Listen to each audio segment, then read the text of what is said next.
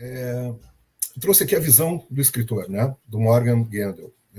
O que eu encontrei, né, pesquisando? Tem duas coisas interessantes, né? Ele atua como um vendedor. Ele se autodenomina assim, ele atua como um vendedor da história dele, porque eles não estavam querendo comprar, né? Michael Piller, o Alice Emberg, eles não estavam muito interessados no primeiro rascunho que ele mostrou. Inclusive, o primeiro rascunho, a mente do Vantika, ela não ia para o Bashir, ela ia para a policial lá, a Cajada. Né? Ele é até interessante, né? De ser o próprio policial estar investigando e não saber que ele é o criminoso, né? Mas daí eles não gostaram dessa premissa e mudaram e colocaram para o Bashir, né? E aí ele teve essa impressão, assim, de que quando ele se reunia com eles, ele teve que ficar suando para conseguir vender a história, e aí vendeu, né? Enfim, vendeu a história. E ele também queria colocar mais elementos humorísticos na história, né? Eu achei isso bem interessante. Eu queria ler a letra, eu não encontrei em nenhum lugar, acho que ele nunca publicou. Ele escreveu uma música para o Quark cantar durante o episódio. O Quark cantaria uma canção, né? Então, eu fico imaginando isso, né? Eu quero visitar vários paralelos. Eu acho que quando ele tomou contato com o Quark, ele imaginou uma coisa assim, meio Hobbit, talvez. Ele não pegou a ideia da ironia, que o Quark representa uma ironia, uma forma de tirar sarro mesmo do capitalismo, desse pensamento empresariado e tal. Acho que ele não pegou isso na ocasião. Ele olhou, o cara baixinho e tal, tipo um Hobbit, vamos fazer ele cantar uma musiquinha. Foi isso. Poderia ficar uma coisa muito pastelão, assim, né? Talvez, né? Mas bem observado isso, sim. Assim, talvez não tivesse um entendimento do... Mas seria divertido ver o Quark cantando, né? Nem que fosse fazendo um dueto com o Vic Fontaine lá no final, poderia ter. Aí pode ser. Mas não é um episódio recheado desses elementos humorísticos, né? Você tem alguma coisa ali, principalmente naquele diálogo do Quark com o Odo, né? A respeito da Jadzia, né? Que aparece logo no começo também. E aí ele sobre querer ter algo que não se pode ter, né? Essa coisa assim, mas que também não se desenvolve, né? Que também não toma um outro caminho ao longo do episódio, né? Fica só nisso. Então parece que foi realmente um momento dentro do episódio de dar uma relaxada, né? De ter um momento mais humorístico, mas que fica nisso mesmo, né? Não é desenvolvido. Aí, o episódio é pesado pra caramba, né? A Cajada dá uma facada no corpo do defunto lá, do vilão lá, como é o nome dele? Do vilão é o Vantika. Ela dá uma facada, ela pega... facada, e atira no restinho dele, né? E atira no resto. Imagina se a cena seguinte aí fosse Quark cantando. Ia ficar esquisito. Ia ficar estranho. É um episódio mais sério, né? Exatamente. E até o próprio Quark, né? Daqui a pouco eu vou chegar na visão que o Armin Shimerman, a impressão que o Shimerman passou do episódio para ele, assim, é um episódio que o Quark está mais sinistro também, né? Porque ele está envolvido com um negócio pesado ali. É verdade. Não é um contrabandozinho, né? Ali coisa de gangster. Muito séria mesmo, né? Uhum. Então, realmente não cabe, né? É um episódio que tem pouco, porque o personagem, eu acho que ele identificou, né? Como o Silvio estava falando, o Quark como esse alívio cômico, talvez, e quis, né? E forçar a barra e tal. Mas daí não colou a ideia, né? E o Paul Lynch, ele trouxe alguma coisa interessante da visão dele como diretor, né?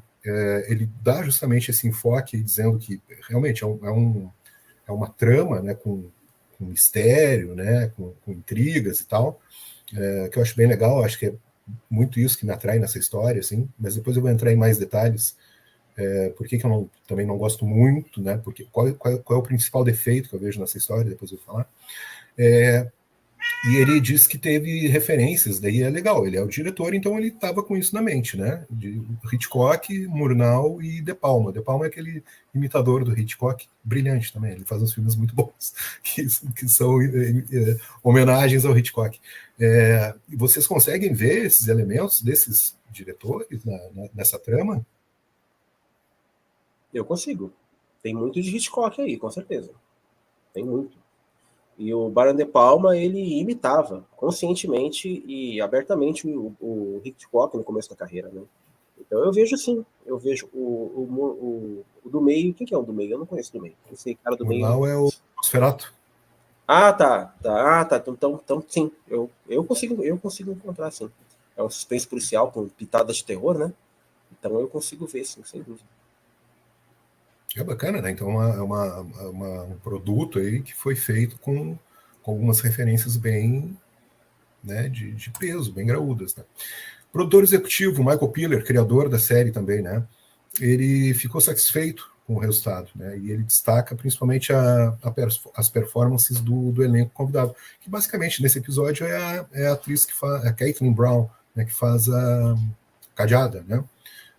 Que realmente teve uma atuação muito boa mesmo, né? Ela até é engraçado que ela comenta que ela... Como tem essa coisa do ator convidado, né? Imagina, tá lá um elenco fixo, toda uma equipe fixa, né? E aí tu cai naquela semana lá e tem que trabalhar com aquelas pessoas que tu nunca viu, aquelas pessoas que nunca te viram. E ela ficou muito preocupada que eles ficassem com a impressão de que ela seria tão severa e rígida quanto a isso que o Kleber já estava chamando a atenção, né? Do comportamento autoritário da Cadeada, né? Mas daí o Piller, ele também é aquilo que eu retomo, né? O Piller, ele criticava o Alexander Siddig, né? Ele não estava satisfeito com a atuação do Siddig na primeira temporada. E isso deve ter sido muito chato, né, para ele saber que os chefes, né, estavam insatisfeitos com o trabalho dele, né? Então eu fico pensando assim como realmente, além deles acharem que o ator não estava indo bem, o texto dele estava sendo muito ruim, né, para o personagem. O personagem não estava legal, né? Então realmente daí ficava difícil também o cara se desenvolver, né, eu acho.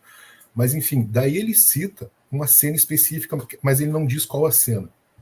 Ele diz que tem uma cena que estraga o episódio, que é uma cena com o Alexander Siddig, uma expressão que ele faz.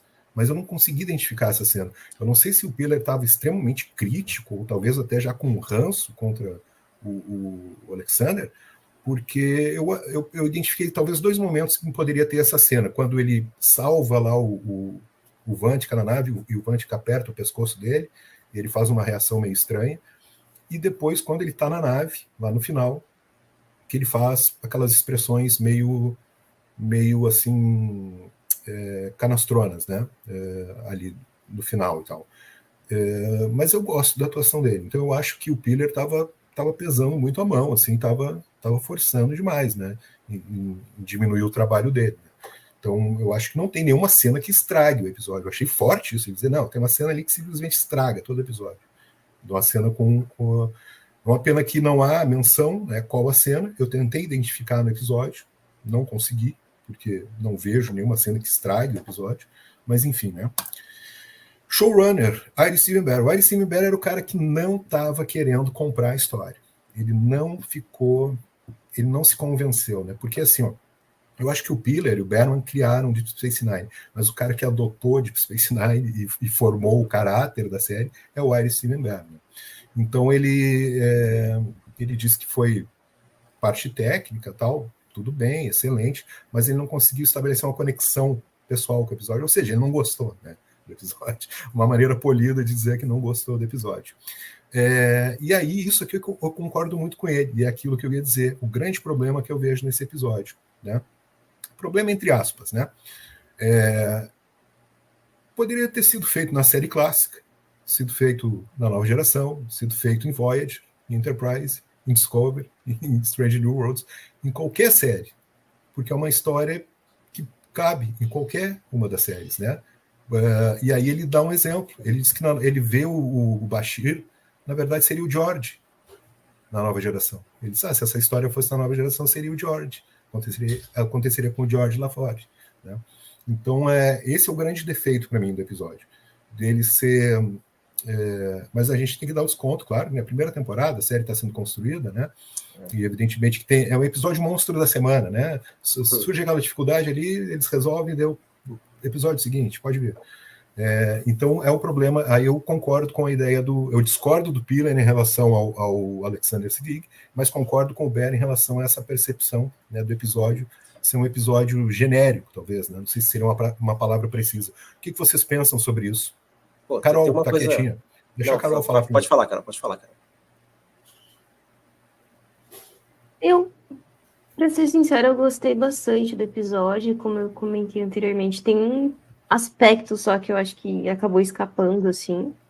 E eu acho que o grande problema, no geral, é a questão da atuação do Siddig nesse começo, que ele não tá ainda, acho que 100%, o Dr. Bashir ainda tá muito cru, né, muito verde, foi a expressão que você utilizou.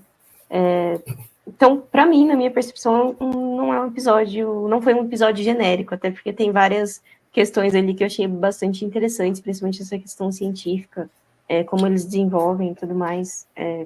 Então, eu discordo com ele nesse aspecto. E os meus companheiros, hein? Tem uma coisa interessante. Eu falei do monstro da semana e o Marcelo pegou aqui o Arquivo X em Deep Space Nine. É bem isso. Perfeita Poderia ser um episódio de Arquivo X também. Mas ainda é Deep Space Nine, porque uma das coisas que Deep Space Nine tem de melhor é a noção de continuidade.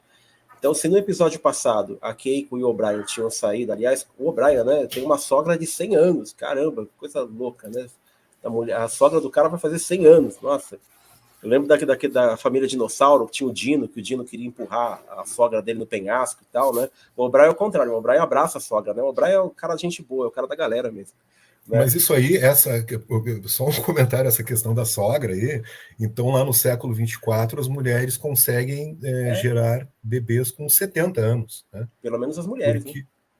Porque a Keiko, quantos anos a Keiko tem? Ele 30 e poucos, 35. E a mãe tem 100? A mãe teve ela com 65 anos, se a gente pensar que ela tem 35. Rapaz, é verdade. Pode ser mãe adotiva. Pode ser mãe adotiva, é verdade, pode ser, é possível. É verdade. Ou a Keiko é muito mais velha do que a gente imaginou. Né? Ou ao contrário, ela que é muito mais velha. Aliás, ela tá maravilhosa, a Rosalind Shaw, maravilhosa em O Problema dos Três Corpos. Se vocês não querem ver a série, mas vejam por ela, assim que ela mata a pau. E aí, né, aquela coisa que a gente estava falando antes, como seria legal ver mais atores, agora tá ela no Problema dos Três Corpos. Eu vou ver só papel. por isso. Né? Vou ver só por isso. E a continuidade, né? Que eu acho que o Deep Space Nine tem de tão legal é essa questão que a gente sempre fica com a sensação de que o episódio anterior surte efeito nesse, né? Então a gente não vê ali nem o O'Brien, nem a sua esposa, nem a sua família, porque eles ainda estão viajando. Isso é legal, né? Isso é bacana. Muito bem. Vamos ver o que